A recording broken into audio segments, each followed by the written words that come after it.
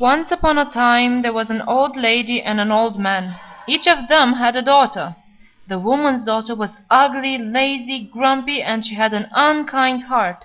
But because she was Mamma's girl, she was very spoiled, and left all the work to be done by the man's daughter.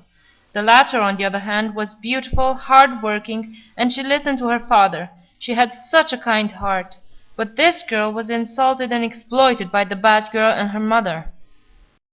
All day long the man's daughter worked hard to fulfill her chores, but in the end the old lady and her lazy daughter were still unsatisfied.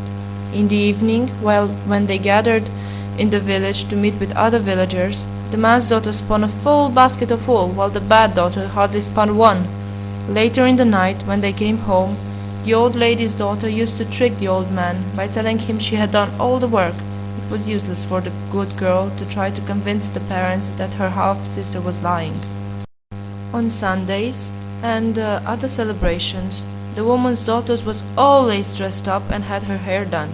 There was no party or dance in the village that the old woman's daughter did not go to, while the man's daughter was never allowed to do any of these. What is more, when her father came back home, the woman would tell him his daughter did not listen to her, that she was lazy and of a bad seed.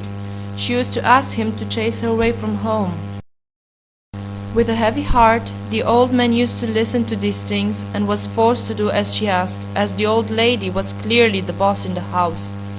One day, feeling sad and helpless, the old man, because of all the things the old lady had told him, called his daughter and told her, My dear daughter, your mother keeps telling me things about you, that you don't listen to her, that you talk badly to her, and so you can no longer live in this house. You must leave now and go wherever your feet carry you, in order to keep peace in this house. But I advise you, as your father, that wherever you go, you should try to be kind, obedient, and hard-working. In this house you have had good parental care, but when you meet strangers, they will not put up with things that we tolerated. Then the poor girl, seeing that the old woman and her daughter wanted to chase her away by all means, kissed her father's hand and with tears in her eyes headed towards the unknown without any hope of returning. The miserable child left his home. She was very sad. She didn't know where to go. Her heart was broken. She was walking and walking without any direction. Suddenly, the girl saw a small bird lying on the road. The bird's wing was broken. The girl was kind-hearted, so she hugged the bird and bound up the bird's broken wing with her hair ribbon. She continued walking, carrying the bird in her hands. After walking for a long time, the girl stopped to have a rest, but she was very tired and fell asleep. She woke up hearing a strange noise. The bird was flapping its wings and urged the girl to stand up. The girl continued walking till she made her way into a forest, and there she heard a cry. When she approached the sound, she saw a pit. In the pit there was a cub. The cub was trying to climb out but was unsuccessful. The girl looked around and saw a tree branch. She threw it into the pit. The cub climbed up and emerged from the pit. The cub licked her hands to express its gratitude to her. The cub joined up with the girl and the bird. They continued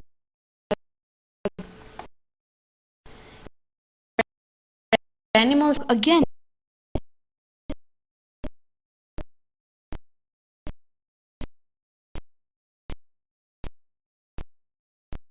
Turning him into a jet black stone. When the prince and the girl saw each other again, their feelings grew and they felt happy. The prince wanted to go back to his kingdom and take the girl whose name was Emerald to live as a real princess. However, she decided that her life was in the forest with her animals. So the enamored prince gave up going back home and decided to build a mansion where they could live forever. As for the wicked witch, she was furious that Berumselur, the keeper of the heart, had broken her spell on the young couple. Emerald felt very happy, but still missed her father, who was really miserable since she had left the house. He found out that his wife and her daughter were really alike and missed his daughter all the more. All the animals in the forest thought they could help Emerald and the prince to find her father.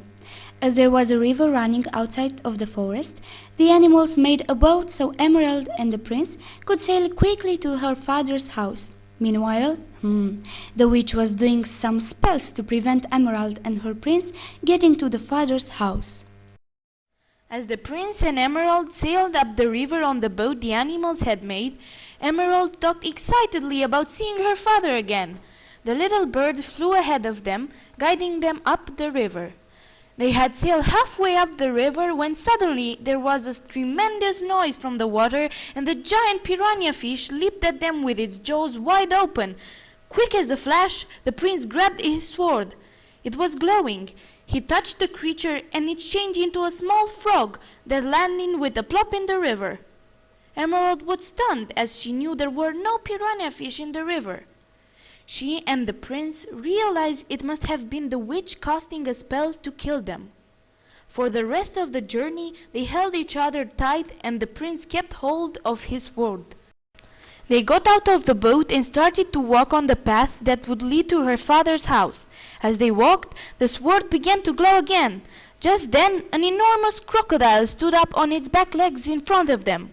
Its front leg knocked the sword from the prince's hand, and it snapped its teeth at the Emerald. From above, the bird dived at the crocodile and pecked out an eye. The crocodile turned to the bird, but before it could do any damage, the bird swooped low again and took the other eye. The prince grabbed the fallen sword and Emerald and raced off up the path.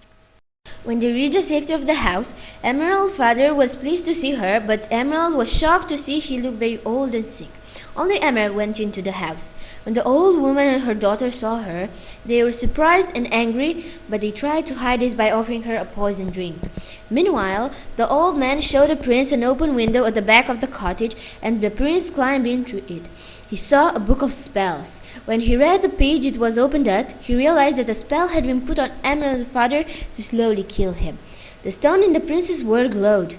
The prince now understood that the sword was warning him of danger again. He looked once more at the book of spells and read the spell to himself. The man of the house will fall down dead, poisoned with enchanted bread. Ha ha ha! Now the house will belong to me. With my sister and daughter we will make three. We rule the land and the forest too, happily making witches brew. The prince was shocked. He worked out that the witch in the forest must be the sister of the old woman in the house.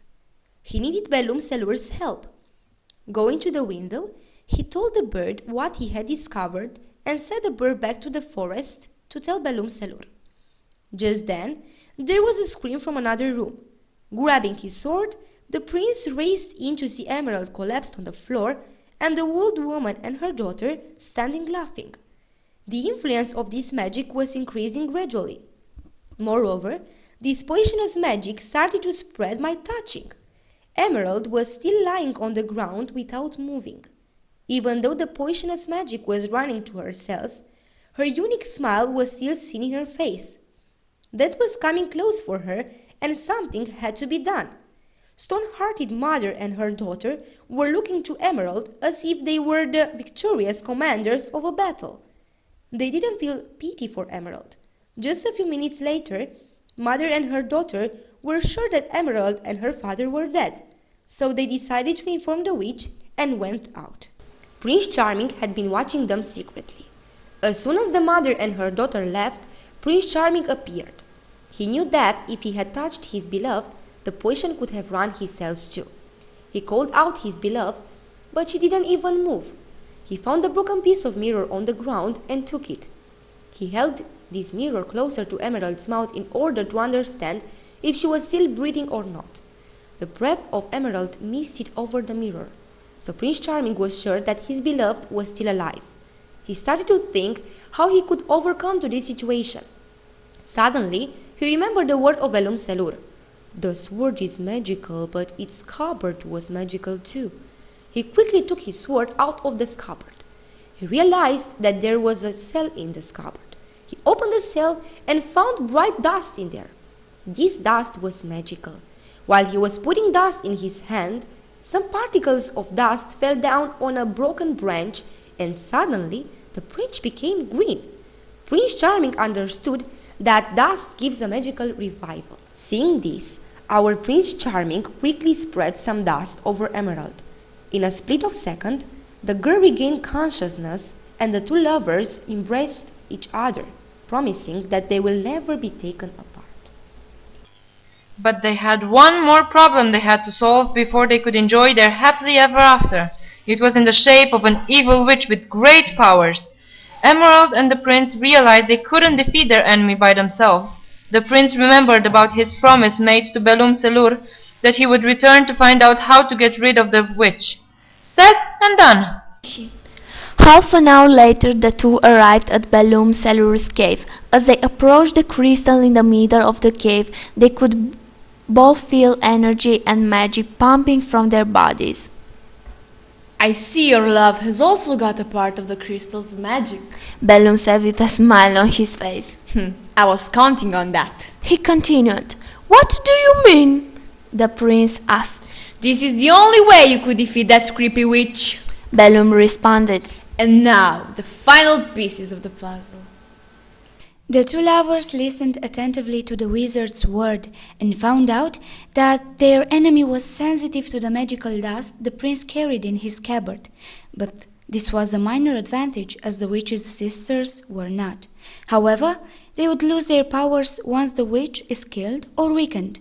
They built up a plan and set on to fulfill it.